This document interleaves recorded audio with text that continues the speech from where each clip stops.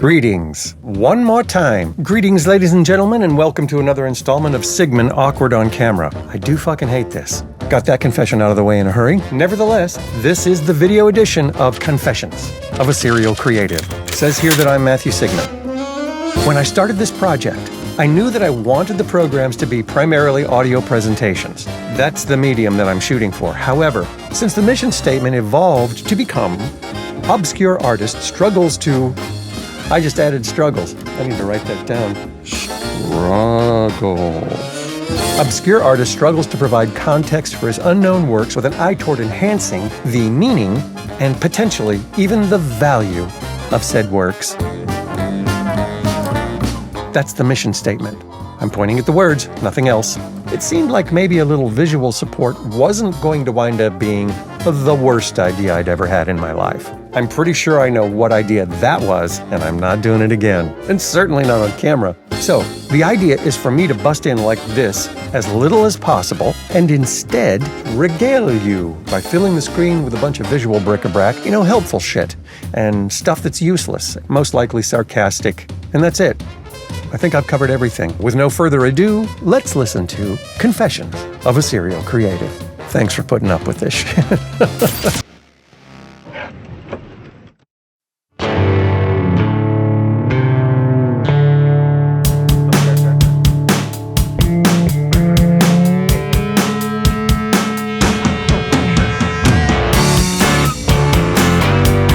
Hey, ladies and gentlemen.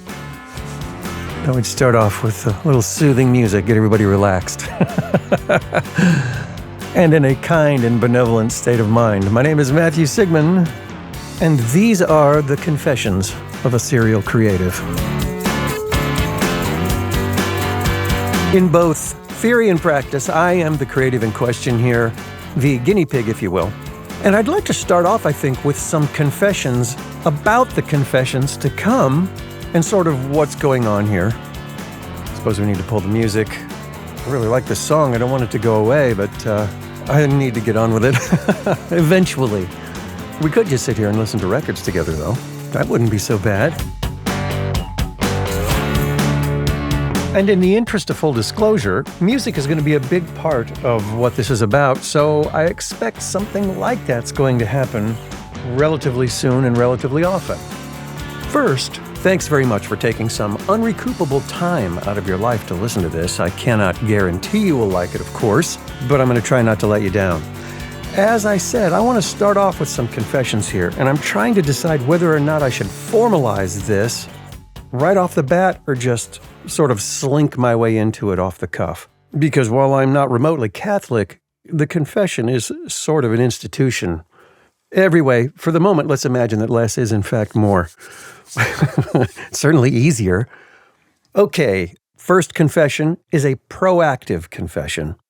I have not sworn yet, as far as I know, but this has only been happening for, like a minute or something. But I'm going to soon, I can guarantee this. Unless I completely guard my language and mode of expression and pretend to be someone that I'm not, I'll be swearing. So if that's a problem for you, fair warning. Okay? But ultimately what I'm trying to do here is present something that is not contrived. And if I have anything of value to say, and that's not to say that it shouldn't be polished up and organized a little bit, but I would like to catch it in its natural state as much as possible. And that way, if I'm full of shit, everybody's going to know. There we go. We've just crossed the line. Hi, it's nice to meet you. Pretense is just too much work, and if that's what you're into anyway, there's plenty of that online. You can find it almost everywhere else, but hopefully not here. Okay, so we got that out of the way. You know what's coming linguistically.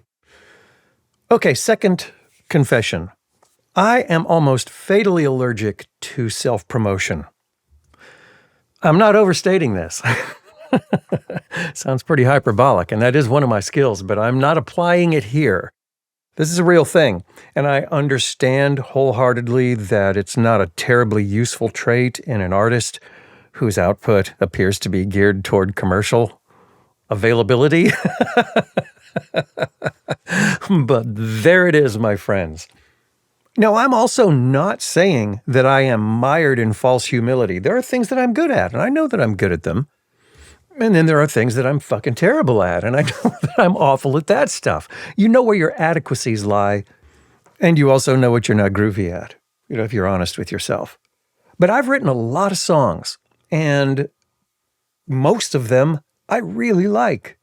But I won't describe them to other people as saying, well, this is a good song. And when I'm looking at other people's work, I won't say that's a good song and that's not a good song. I either like it or I don't.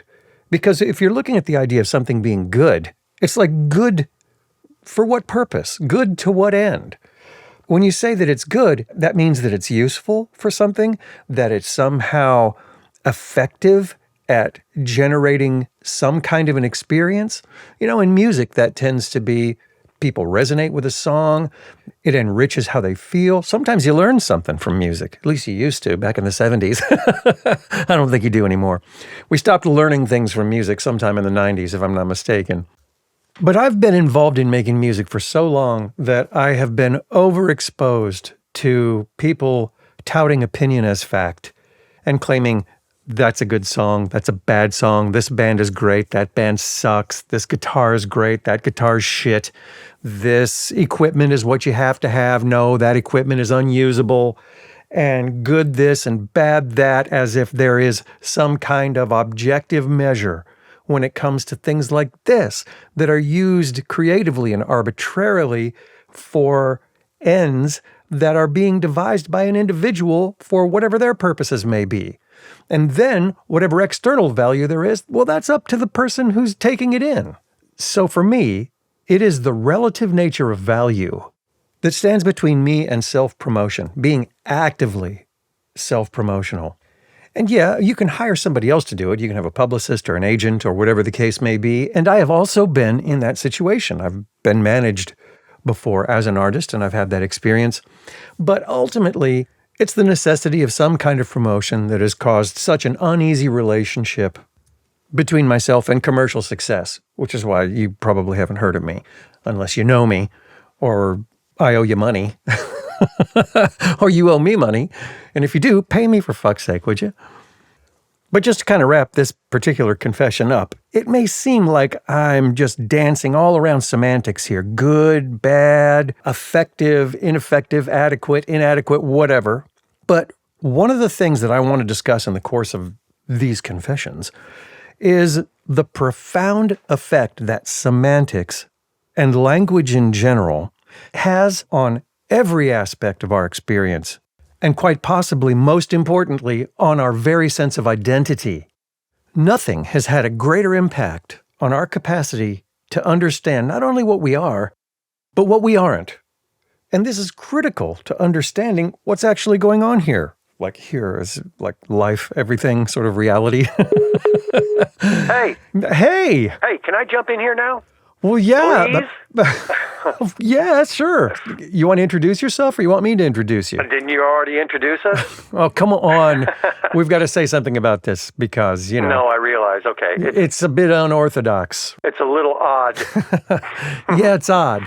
And why is it odd that I should have someone call and talk to me? Well, on the other end of the line is also Me.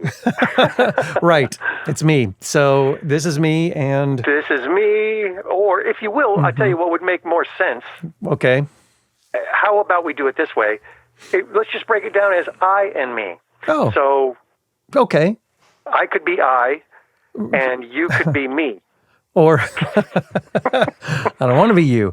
I want to be I, No. and No. you can be me. No. Sure. Doesn't it seem kind of funny that it feels like that's the premium identity. It is. And me, that's like the Big Lots identity. That's the sense of self that I got from Goodwill. It kind of stinks. Smells a little bit like somebody else. It wasn't properly washed before it was turned in. That's like, when you're going to take your couch to Goodwill, like, fuck, this is good enough, isn't it? I mean, shouldn't we vacuum it or something? No, let's just drop it off. Right. See, now this is the kind of thing that's only going to be possible in conversation. Mm-hmm. And it doesn't matter whether you're conversing with someone else or someone who claims to be a cut rate version of yourself. Yeah, I'll be the dumb you. It's like I won't understand anything that you're trying to say, so that we can explain the shit better. Absolutely. Yeah, we'll see. Yeah, that'll help us elucidate our points. Precisely. Yep. It's good thinking. You know, it is worth pointing out here, just before we kind of keep going, that this whole notion of I and me, the way we talk to ourselves is a tremendous red flag. Well, yeah, it actually is. If you look at what we're saying, I try to tell myself not to worry. I try to tell myself not to worry. So who's doing the telling and who's being told? Who is? There isn't two of you. Right. But we do talk like there is. We absolutely do. And if you don't think a lifetime of doing that isn't going to have some kind of a significant impact, oh, man, then both of you have another thing coming. Indeed. So you may be asking at this point, what does any of this have to do with creativity? Yeah, it seems off topic. What's the deal? Well, I'm going to tell you. I don't think it makes sense to get into the depth of it right now, but suffice it to say that our capacity to think this way, to bifurcate our identity, is an example of our stunningly fluid capacity to fabricate concepts and ideas out of nothing. And the process is completely invisible to just about everybody. Most of us don't even know it's happening. Which is hilarious in a way, because what we actually are is a topic of intense debate with no conclusive answers. Yet it's the thing that most of us question the least. I guess it's hard work and it's scary. Yeah. Because what if it turns out you're shit? You know, it's like, I don't want to know what I am. But I've heard that tons of times. People say, "Oh, I don't want to know. I don't want to think too deeply about myself because I'm afraid what I'm going to find out." Yeah, it's understandable. I guess it's fucking stupid, but it's understandable. Yeah, to me, it seems like waking up and you're behind the wheel of a car and you're afraid to look at the gas gauge because you don't want to know whether or not you're about ready to run out of gas. Yeah, or like, where does this road go? Right, yeah. I mean, does it run off a cliff? Is it closed up here? Or worse, maybe it goes to Vegas, Or a professional sporting event. Oh, fuck. God forbid. Yeah. But the point is, the way that we structure, create, and perceive our own identity is a supremely creative act. Yes, and we are back on track. We are, because this is the same creativity that informs all the arts. This is where music comes from. This is the same creative spark that brings us rock and roll, that brings us the blues, jazz, whatever, everything, K-pop. Everything except that. I knew how you'd warm up to that example. Terrible. And although I didn't know it when I was younger, my interest in making music has always been, in large part, about an interest in the creative process itself. And the creative process is integral to, and therefore illustrative of, what we are, in what is, and how all of this happens, Yeah, absolutely. If you're not just totally focused on the end game, on the end result, on the song, or the album, or the band, or the video, or the painting, or the drawing, or the writing, or whatever it is that you happen to be working on at the time. And you're witnessing the creative process unfold, and you're looking as far back to see where it's coming from. Where do these things come from? Then that's kind of where you wind up. Yeah. And even though it's not a terribly common viewpoint, I think it's a valuable one, or certainly could be. So we'll try to make it valuable. Yeah, certainly we will. You should talk a little bit about kind of what started this before we cash it in for this first installment. Sure, I can do that. In fact, if you can handle it, I need to run for a second. I'll be back. Yeah, that's fine. Where are you going? I'm hungry. You should know this. I have some inkling. That's fine. Okay, I'll be here. See ya. See ya. That's the only mobile phone I know, probably in the world, that makes a noise like that when you hang it up. Must be some kind of new technology. Okay. Some weeks back, I received a really nice email from a guy named Frank, and he had some questions about an album by a group called Rain People that came out a little over 30 years ago, was on Epic Records. And it sold Well, almost none. I could just say that it was unsuccessful, but that would understate the point. However, be that as it may, the album was still released internationally, and some people heard it. Now, as it turns out, I was in that band. So I'm going to take the lion's share of the responsibility for its stunning lack of success. You can pile it right up here. Broad shoulders. Just stack it up there. At every rate, Frank had some questions for me about that album, and as I said, despite this radical lack of sales, a lot of people still heard it, and some of them really liked it. And they could look on the credits, see my name there, and I'm not that hard to find. It's not like you have to breach my entourage to get in touch with me. And as a result, I regularly get email from people who loved that record and want to let me know, which is terrific. I love hearing from them. And oftentimes they'll wonder what happened with the band, or why wasn't there a second record, or was there and we just don't know about it, or whatever. So before I go on, what do you say we listen to one of the songs from Rain People? This is called Distance. Rain People's copyrighted material, 1989, CBS Records Incorporated. Manufactured by Epic Records /CBS Records Incorporated, 51 West 52nd Street, New York, New York. Epic is a trademark of CBS Incorporated. Warning, all rights reserved. Unauthorized duplication is a violation of applicable laws. The recording presented here is for demonstration purposes only, and because it's pretty neato and no one at CBS or Epic gives a red rat's ass anymore. Enjoy.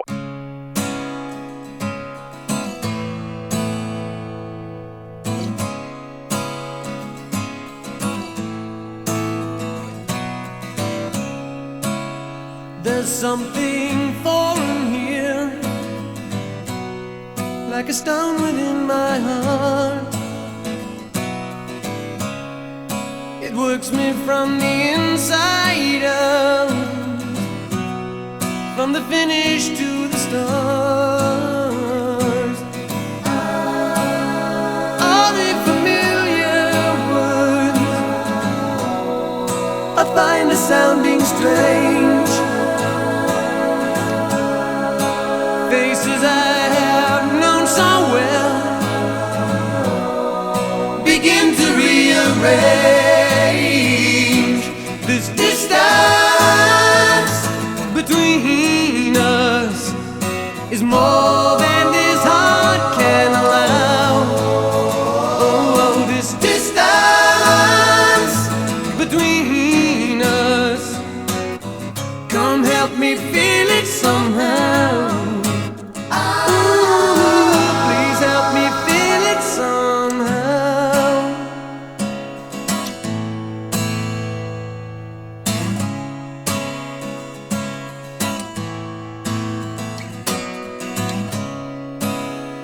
Sense a fear around. I cannot understand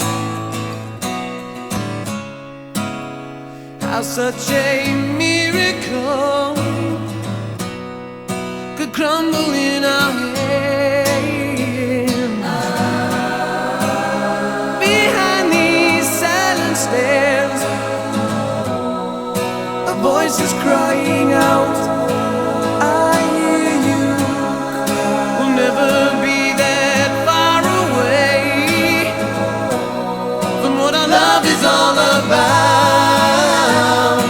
This distance between us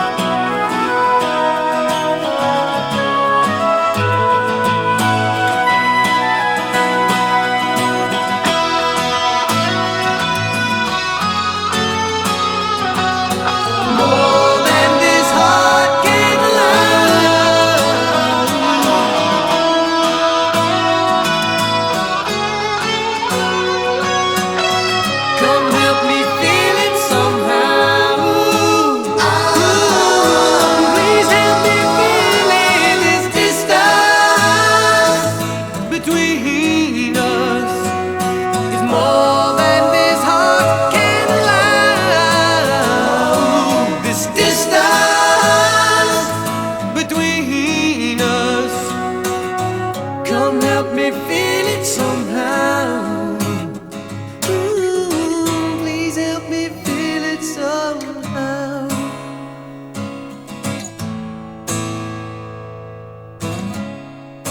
It's 15 after the hour here in the Windy City. We're going to have quadcopter rush hour traffic updates coming your way in just a couple of minutes. Turn off the extra shit here on your voice, buddy. There we go. Okay, so that is Distance, and just thought I would add a little radio realism there to the end. I should also say that's me on guitar, that's me on lead vocal, and those stunning backup vocals included myself, my lovely wife, Julie Anderson, and a gentleman named David Howie. That was Rain People.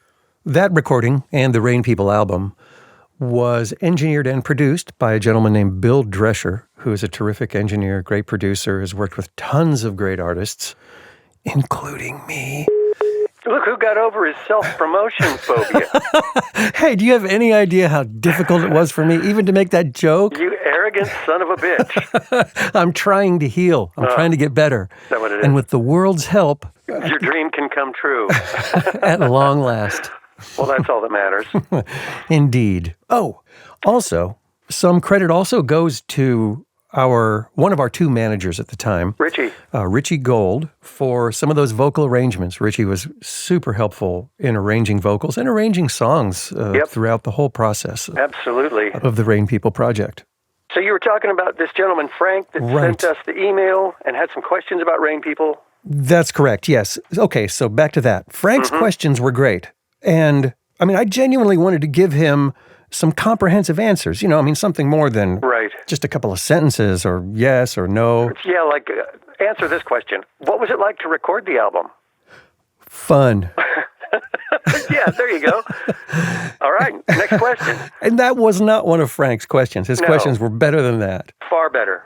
Those are the kinds of questions that they ask about really important shit that happens on the news. You know, well, what was it like to have your country basically bombed out of existence by the Russians? Not fun. Yeah, right, duh. Because what kind of a question is that? Yeah, idiotic. What was it like? How worried should we be about really dangerous shit? Come on. Oh, God. You're digressing. Yeah. You're digressing. Whoops. Okay, sorry. Well, here's an example of why the short answer didn't really work very well. Okay. Frank asked if the name of the band came from the Francis Ford Coppola film of the same name, Rain People. And the correct answer to the question is... No. No, it did not. But, you know, where did it come from? And in the process of trying to explain that, I realized, oh, this is all connected. And if any of this matters... Or if it's able to matter. Right. And it may not. And I'm totally willing to concede that. Too willing, maybe. Right, that's the problem, of course. It matters in context. That's the thing. It matters as part of a story. Right, and it is providing that context for whatever it is we've done. And when I say we, when I'm talking about, if I'm talking about something that happened and I was involved and I say we, just, this is for the audience. I know. So don't respond. Just shut up. If you can. Go on. When I say we, I'm not talking about I and me. It's not another example of my burgeoning psychosis. It's usually about me, myself. God damn it, I've done it again. It's not about you and yourself. It's about Julie and I. Right. My wife. That's the one. Now, my partner of some 58 years. A really long time. Yeah. That's the what and the who that I am referring to when I say we. Okay. Right. But what you were trying to say was, what the fuck were you trying to say? Fortunately, I know. At least one of us is paying attention. Yeah, I appreciate it. It's this context, providing this context that is what this whole presentation, this display, this flamboyantly bizarre display, this confessions of a serial creative, that's what this is about. Right. So think of it this way. Okay. Think of this as the unfolding story of one obscure artist's effort to provide useful context to his own unknown works. There it is. That is the crux of why I am bothering to do this at all. And hopefully in this process, upping the ante on what meaning and value that work can yet contribute. Right. I mean, it's work that's already been done. There's tons of work that no one knows about, and they're not going to know about it unless it somehow slithers its way into the collective consciousness. That's an interesting choice of words. Why does our work have to slither its way I don't know. into collective consciousness? I mean, can't it walk proudly? I expect that depends on whether or not we've been drinking. How much? Sure, okay, but, fuck, even if it crawled, that's a step above slithering, isn't it? It is, yeah. Yeah. And I can almost guarantee that we'll be able to manage that. Right, that's not asking so much. Well, we've kind of reached the wrap-up point here with this maiden voyage, right? We have, yeah, I think that's right. And it's going to be a little bit tricky wrapping this up because... Because you have no idea what to do next. Confess. Right. It's a confession thing, man. I know. Just come out and say it. Okay, fine. Yeah, right. I'm really not sure what's next.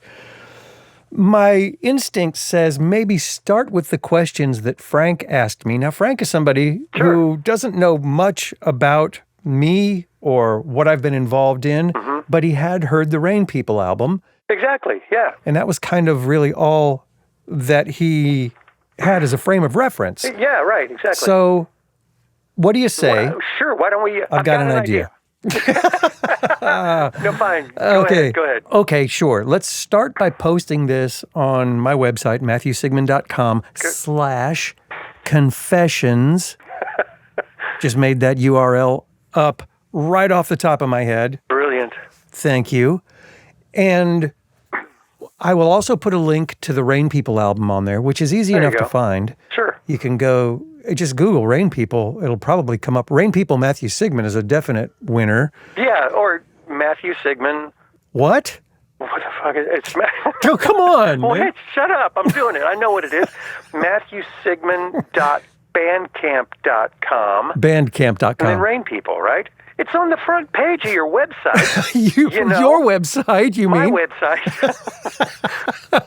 Okay, your website is my website. If you go to MatthewSigmon.com, look around till you see Rain People. There's a link, and then you can check out the album. It's not going to cost you a cent, Right. and it's not going to take very long. I think it's 38 minutes of music. Who doesn't have 38 minutes to spare? 38 minutes is nothing. Have you been drinking?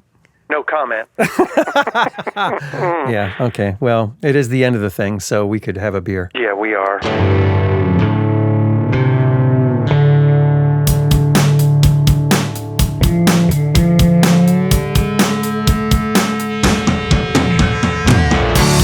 Okay, well, let me just wrap up here by saying, look, there's a lot to come. There will be stories. Yep. Stories of the historical record business. That's right. We're going to have a musician's point of view, that's coming from me, that spans the time from the analog era up to and through the digital era.